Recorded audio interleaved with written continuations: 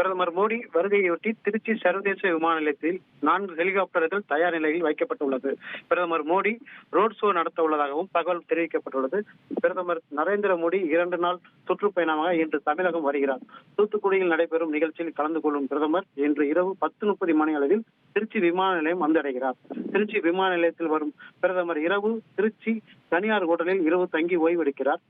நாளை காலை அதாவது 27ஆம் தேதி மீண்டும் திருச்சி விமான நிலையம் சென்று அங்கிருந்து ஹெலிகாப்டர் மூலம் புறப்படும் கங்கை கொண்ட சோழபுரம் சென்று அங்கு நடைபெறும் நிகழ்ச்சியில் கலந்து கொள்கிறார். முன்னதாக தான் தங்க வைக்கப்பட்டுள்ள ஹோட்டலில் சுவனபுரம் பகுதியில் ரோட் ஷோ நடத்த உள்ளதாகவும் பாஜக தரப்பில் தகவல் கூறப்படுகிறது.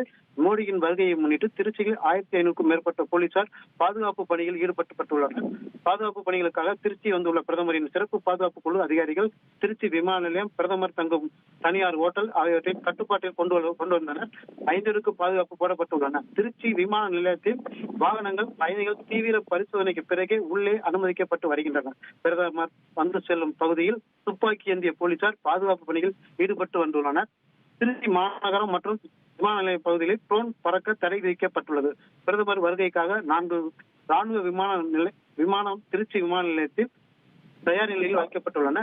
திருச்சி புதுக்கோட்டை சாலையில் ஆக்கிரமிப்பு அகற்றப்பட்டு தடுப்பு சுவர்கள் கட்டைகள் போடப்பட்டுள்ளன. திருச்சி பிரதமர் மோடியை வரவேற்கும் விதமாக திருச்சி மாநகர முழுவதும் பதாகைகள், பாஜக கொடிகள், கூட்டணி கட்சிகளின் கொடிகள் பறக்கவிடப்பட்டு விழா நடைபெறுவதற்கான தயார் நிலையில் உள்ளது.